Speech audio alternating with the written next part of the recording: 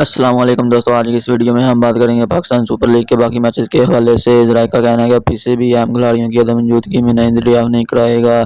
हर team में अब 18 की बजाय 20 खिलाड़ी शामिल होंगे। टीम के पास ऑप्शन होगा कि वो 2 खिलाड़ियों को अपनी टीम में शामिल करके अहम खिलाड़ियों की कमी पूरी कर सकता है। इजराइल का कहना है कि अफगानिस्तान के मोहम्मद कैस, बांग्लादेश के शकील हसन, जनूबी अफ्रीका के डेल स्टेन और वेस्ट इंडीज के क्रिस गेल की शरकत मशकूक है, जो अब के कोचेज भी अबू धाबी जाने से गुरेज कर रहे हैं।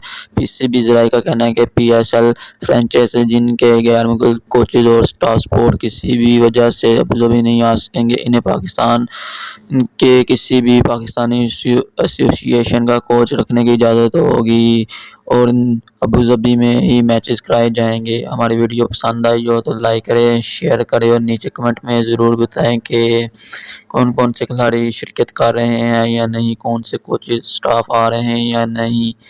वीडियो अच्छी लगी हो तो लाइक करें, शेयर करें। अल्लाह हाफिज़।